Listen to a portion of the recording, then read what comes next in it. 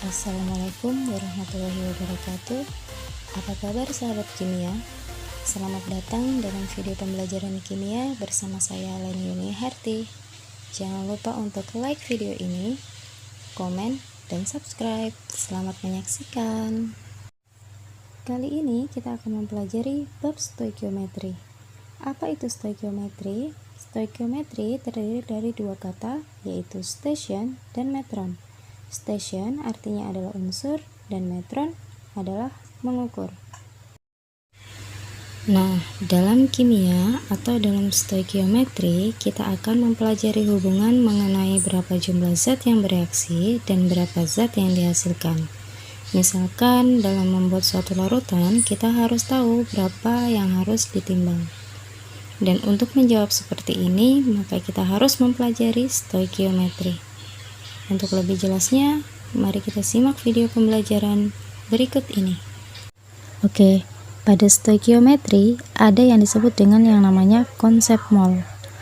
Konsep mol terbagi menjadi 4, yaitu yang pertama adalah massa, kemudian molaritas, partikel, dan volume. Bagaimana hubungan antara mol dengan massa, molaritas, partikel, dan volume? Nah, kita bahas satu persatu ya. Yang pertama, hubungan jumlah mol dengan massa dapat dinyatakan dengan rumus berikut. N sama dengan massa per AR atau MR. Di mana N itu adalah jumlah mol, massa memiliki satuan gram, AR adalah atom relatif, dan MR adalah molekul relatif. Yang kedua, hubungan jumlah mol dengan konsentrasi larutan dapat dirumuskan sebagai berikut. M sama dengan N per V. M sendiri adalah molaritas atau konsentrasi. N tadi adalah mol, V adalah volume. Nah, volume di sini itu menggunakan satuan liter.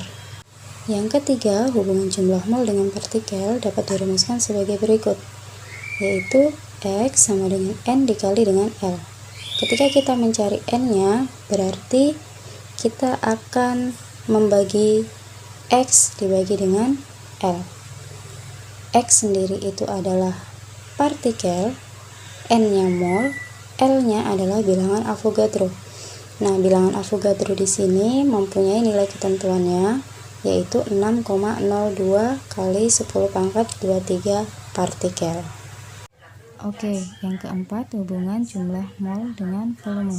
Secara sistematis, volume dibagi dalam 4 keadaan, yaitu yang pertama dalam keadaan standar, atau biasa kita sering sebut dalam keadaan STP, yaitu dalam keadaan suhu 0 derajat Celcius, tekanannya adalah 1 atmosfer, di mana dapat dirumuskan volume sama dengan mol dikali dengan 22,4 liter. Yang kedua, yaitu dalam suhu ruang atau biasa kita sebut dengan RTP. Suhu ruang di sini adalah 25 derajat Celcius, tekanannya adalah 1 atmosfer. Dengan rumus V sama dengan N dikali dengan 24 liter. Nah, kalau yang dalam keadaan standar tadi dikalikan dengan 22,4 liter. Nah, yang sekarang ini untuk dalam keadaan ruang kita kalikan dengan 24 liter. Yang ketiga, jika pada suhu dan tekanan tertentu, maka kita bisa menggunakan rumus P dikali dengan V sama dengan N dikali dengan R dikali dengan T. P itu adalah tekanan, V adalah volume, N-nya adalah mol, R-nya adalah tetapan gas ideal. Nah, di sini tetapan gas ideal nilainya adalah 0,082 liter atmosfer mol min 1 Kelvin min 1 dikali dengan suhu. Suhunya bukan lagi menggunakan derajat Celcius, tapi menggunakan Kelvin. Yang keempat nih, jika pada suhu dan tekanan yang sama, maka kita akan menggunakan rumus N1 dibagi dengan V1 sama dengan N2 dibagi dengan V2, atau mol 1 dibagi dengan volume 1 sama dengan mol 2 dibagi dengan volume 2. Oke, sampai di sini jelas ya bagaimana hubungan antara jumlah mol dengan massa, jumlah mol dengan konsentrasi, jumlah mol dengan partikel, dan jumlah mol dengan volume. Nah, untuk lebih jelasnya kita lanjut ke bagian contoh soal. Oke, kita masuk pada contoh soal yang pertama. Tentukan jumlah mol NaCl 106 gram jika diketahui ArNa adalah 23 dan ArCl-nya adalah 35. Jadi di sini kita harus tulis dulu yang diketahui apa, yang ditanya apa, baru kita jawab. Nah, yang pertama diketahui adalah masanya. Massa dari NaCl adalah 106 gram. Kemudian Mr dari NaCl kita jumlahkan Ar-nya. ArNa dengan ArCl. Karena jumlahnya Na1, Cl-nya 1, jadi kita tinggal jumlahkan aja. 23 ditambah dengan 35. Jadi Mr NaCl hasilnya adalah 58 gram per mol. Dan yang ditanyakan adalah jumlah molnya. Seperti yang kita tahu bahwa rumus jumlah mol itu adalah massa dibagi dengan Mr. Jadi kita langsung turunkan rumusnya nih. Kita masukkan nilainya yang sudah diketahui tadi. Massanya itu adalah 106 gram. Mr-nya adalah 58 gram per mol. Jadi kita tinggal bagikan 106 dibagi dengan 58. Kita dapat adalah 1,8 mol. Oke, contoh soal yang kedua yaitu berapa massa KOH yang harus dilarutkan ke dalam 400 ml air agar didapatkan larutan KOH 1 molar jika diketahui ARK-nya adalah 39, ARO 16, dan ARH-nya adalah 1. Langkah pertama yang harus kita lakukan yaitu menuliskan apa-apa saja yang diketahui pada soal. Yang diketahui pada soal yang pertama yaitu volumenya 400 ml yang akan kita ubah ke dalam liter, jadinya 0,4 liter.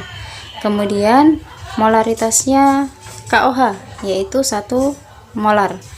Dan berikutnya MrKOH yang kita dapatkan dari ARK, O, dan H. Jadi kita tinggal jumlahkan karena masing-masing unsur jumlahnya hanya 1. Jadi 39 ditambah dengan 16 ditambah lagi dengan 1. Jadi MrKOH adalah 56 gram per mol. Jadi yang ditanyakan adalah massa KOH.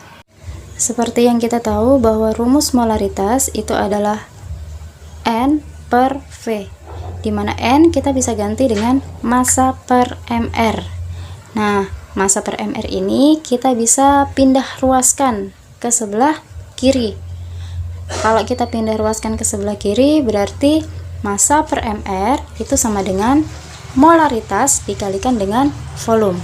Jadi massa KOH yang harus dilarutkan dalam 400 ml air adalah 22,4 gram yang dihasilkan dari 56 dikali dengan 0,4. Oke, sampai di sini jelas ya bagaimana cara menentukan volume dalam keadaan standar, kemudian menentukan massa, menentukan Mr, dan menentukan molaritas. Nah, untuk soal-soal berikutnya kita lanjut pada materi selanjutnya.